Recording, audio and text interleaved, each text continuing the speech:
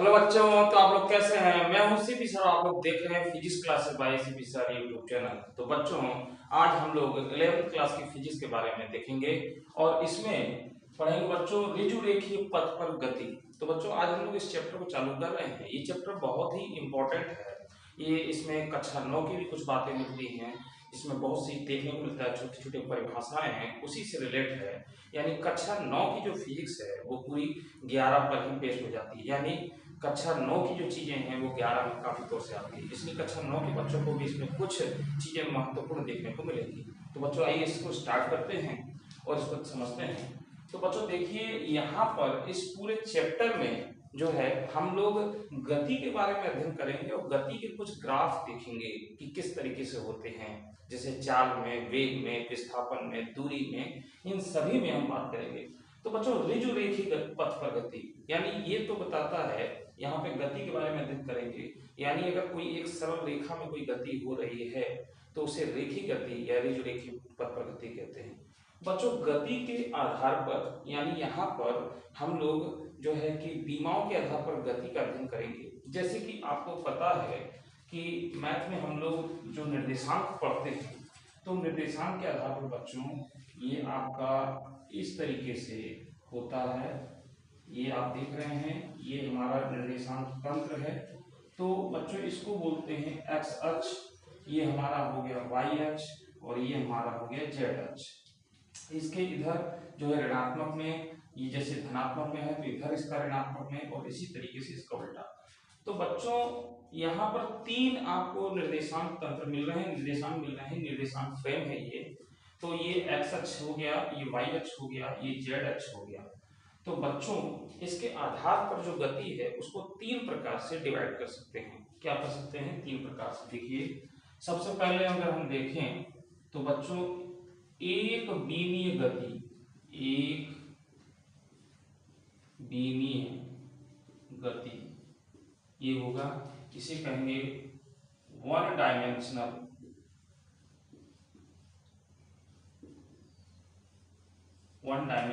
Motion.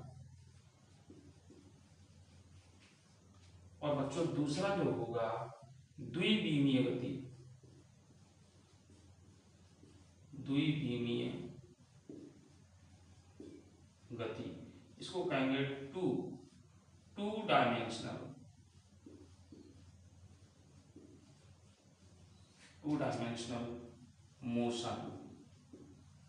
Motional.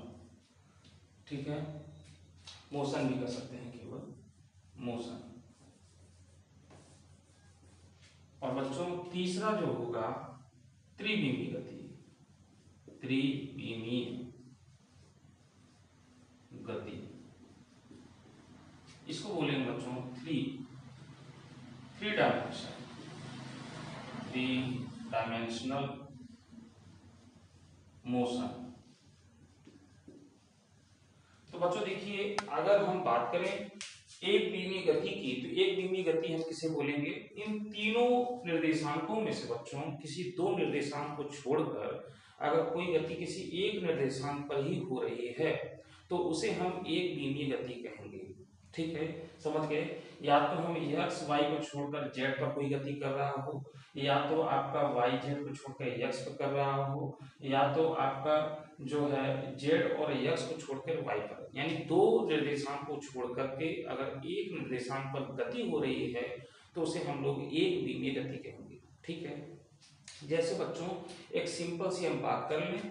अगर यहां से देखिए, अगर ये ए पॉइंट से अगर बी पॉइंट की तरफ एक हमने तार को बांध दिया, ठीक है, एक तार को बांध दिया, यानी एक तार जिस तरीके से बंधा हुआ है, इस पर बच्चों अगर कोई कीड़ा इस तरीके से है, इसको गति अगर करनी है तो ये इस तार के इधर और उधर ये दोनों तरफ गति करेगा।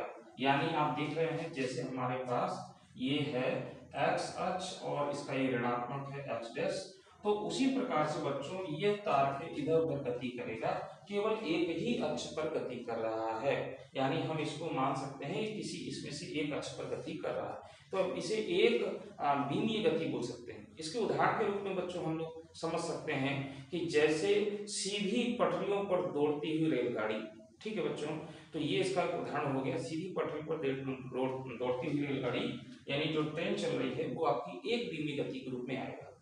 बच्चों एक धीमी गति जो होती है, एक धीमी गति में क्या होता है कि केवल इसमें परिमाण ही बताता है, इसमें दिशा जो है वो एक फिक्स हो जाती है, यानी इसमें दिशा का कोई विशेष महत्व नहीं है एक धीमी गति में, केवल परिमाण। तो बच्चों उसी तरीके से द्विविमी गति हो जाएगा। द्विविमी गति में क्या होगा बच्चों कि द्विविमी गति में इसमें किसी एक निर्देशांक को छोड़ करके दो निर्देशांकों पर यानी दो विमाओं पर ये गति हो रही है, तो उस प्रकार से जो है आपका उसको कहेंगे द्विविमी। जैसे जेड को छोड़ दें, केवल एक्स और वाई पर वो दोनों दिशाओं में अगर गति कर रहा है तो उसे बोलेंगे द्विविमीय गति। ठीक है, परिभाषा में भी अगर लिखना होगा तो यही बोलेंगे कि तीन निर्देशांकों में से कोई एक निर्देशांक छोड़ करके दो निर्देशांकों पर होने वाली गति को द्विविमी गति कहते हैं। मैं इसको लिखा नहीं रहा, केवल आपको समझा रहा हूं। इसको नोट्स आप बना लेंगे, नहीं बना पाएंगे तो मैं आपको प्रोवाइड करूंगा।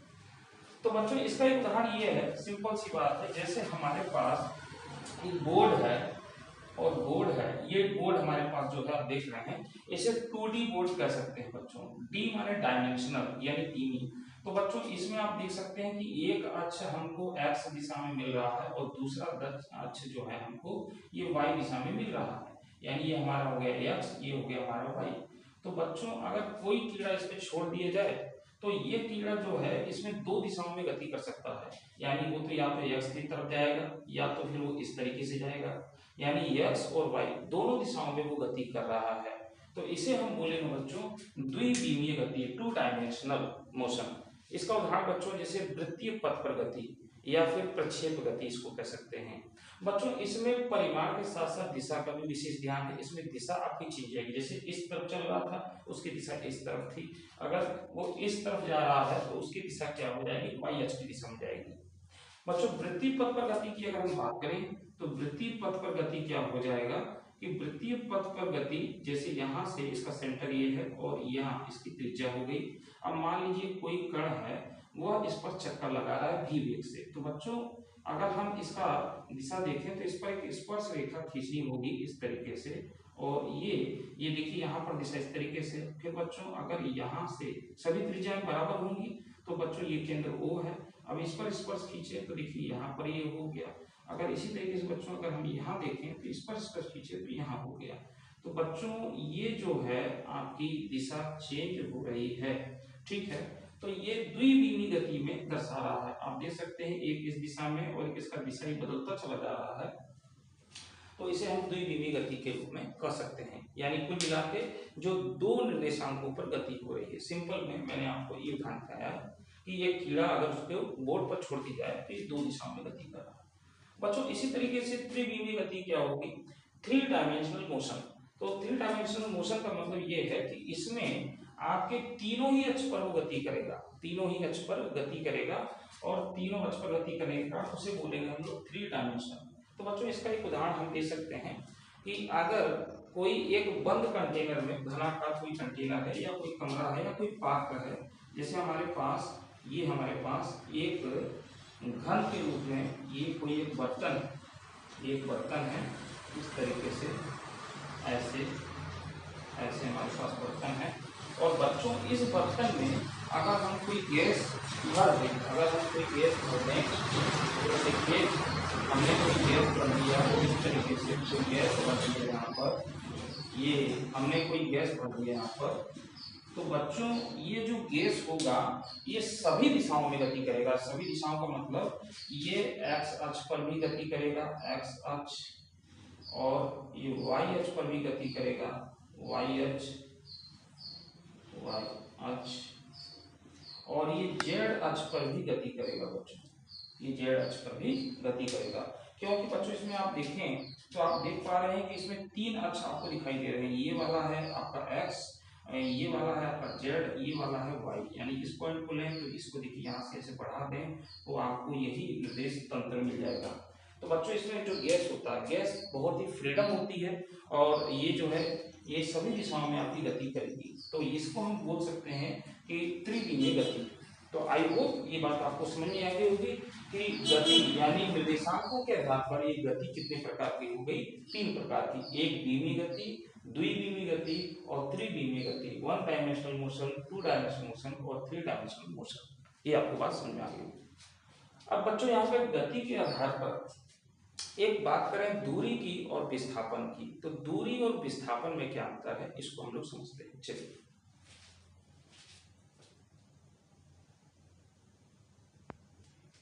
हाँ बच्चों, तो देखिए दूरी और विस्थापन, जो अगला हमारा टॉपिक है, दूरी एवं विस्थापन। ठीक है बच्चों, तो दूरी और विस्थापन देखिए क्या बच्चों, इसको समझने के लिए देखिए एक हम इस तरीके से एक अक्ष लेते हैं और यहाँ इसका मूल बिंदु ओरिजिन पॉइंट मान लेते हैं। ठीक है, ओ बिंदु मान लेते हैं बच्चों। यहाँ से मान लेते हैं ये दूरी है, तो यहाँ से ये 20 किलोमीटर इसको हम पैमाना मान रहे हैं, और यहाँ पर ये सी है, फिर यहाँ पर ये डी है, फिर इसी तरीके से बच्चों यहाँ पर ये ई है। ठीक है, तो ये 20 यहाँ से यहाँ तक बच्चों 40, यानी 20 का डिफरेंट होगा 40 किलोमीटर, फिर ये 60 किलोमीटर, और फिर यहाँ ई तक लेकर के ये हो जाएगा 80 किलोमीटर। बच्चों इसी तरीके से यहाँ पर भी हम मान लेते हैं, ये आपका है P, यहाँ पर है Q, यहाँ पर है R और यहाँ पर है S। इस तरीके से बच्चों, तो यहाँ पर जो है 0 से लेकर यहाँ पर ये -20 ऋणात्मक को दिखा रहा है, और यहाँ पर -40, और यहाँ पर -60, और यहाँ पर 80। हालांकि यहाँ पर जो है बच्चों क्या है कि दूरी ऋणात्मक में यहाँ पर हमने इसको अक्ष के हिसाब से बताया। तो बच्चों मान लेते हैं कि कोई कण का, अगर कोई वस्तु या कोई कण अगर O बिंदु से E बिंदु तक जाती है, ठीक है, O बिंदु से E बिंदु तक जाती है, तो हम ये कहेंगे कि जो दूरी है ये O से E तक ये दूरी, तो बच्चों यहाँ से कुल कितना हो जाएगा, यहाँ से देखेंगे तो यहाँ तक पूरा 80 किलोमीटर हो जाएगा, यानी 80 किलोमीटर ये दूरी हो जाएगी। अब बच्चों हम यूं कहें कि कोई बिंदु O से E तक जाता है, पुनः E से D तक आ जाता है, E से D तक आ जाता है, तो बच्चों ये दूरी अब क्या हो जाएगी, O से E तक, ठीक, फिर E से वो लौटता है और D पॉइंट पर आता है, E से B तक।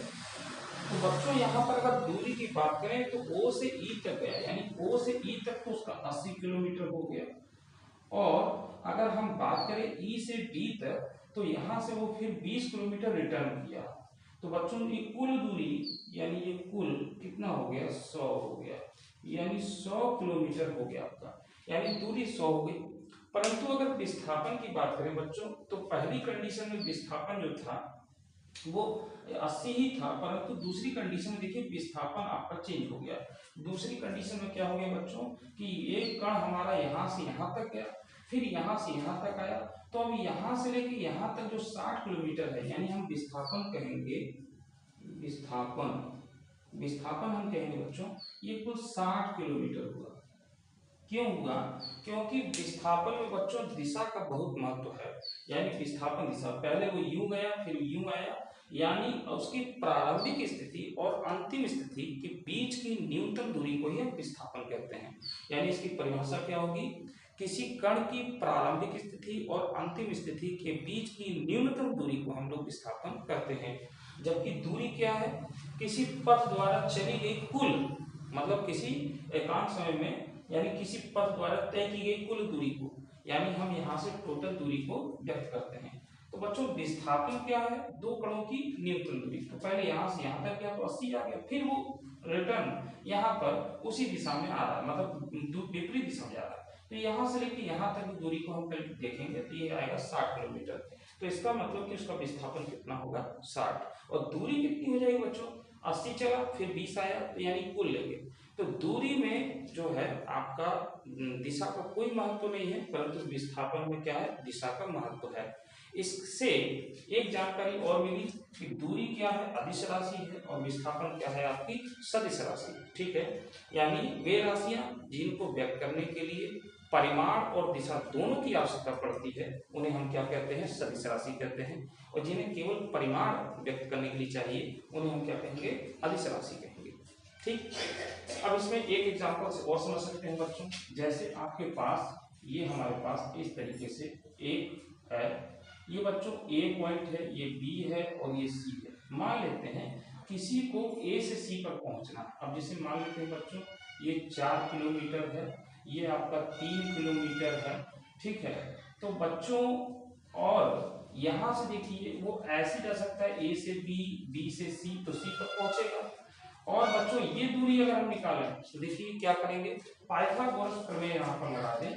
तो बच्चों पाइथागोरस प्रमेय यानी AC, ये सब लोग जानते होंगे, AC का मान क्या हो जाएगा, तो ये रूट में इसका वर्ग यानी 4 का वर्ग धन 3 का वर्ग, तो बच्चों ये आपका हो जाएगा 16 और ये हो जाएगा 9, यानी वर्गमूल हो जाएगा 25 और इसका हो जाएगा 5, तो 5 किलोमीटर। तो बच्चों ये जो आएगा वो 5 किलोमीटर आएगा।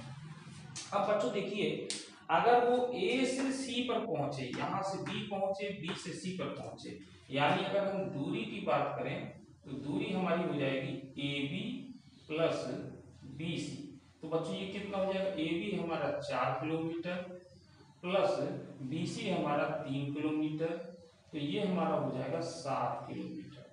तो दूरी हमारी 7 आ गई। परंतु बच्चों A से C पर ही पहुंचना है, अगर इसकी देखें न्यूनतम दूरी कितनी है तो 5 किलोमीटर। तो ये विस्थापन जो हो जाएगा, विस्थापन जो हो जाएगा वो हो जाएगा 5 किलोमीटर। तो आई होप आपको बात समझ में आ गई। सीधी सीधी बात है कि दो कणों की जो है प्रारंभिक और अंतिम स्थिति के बीच की न्यूनतम दूरी हमारी क्या कहलाएगी, विस्थापन कहलाएगी।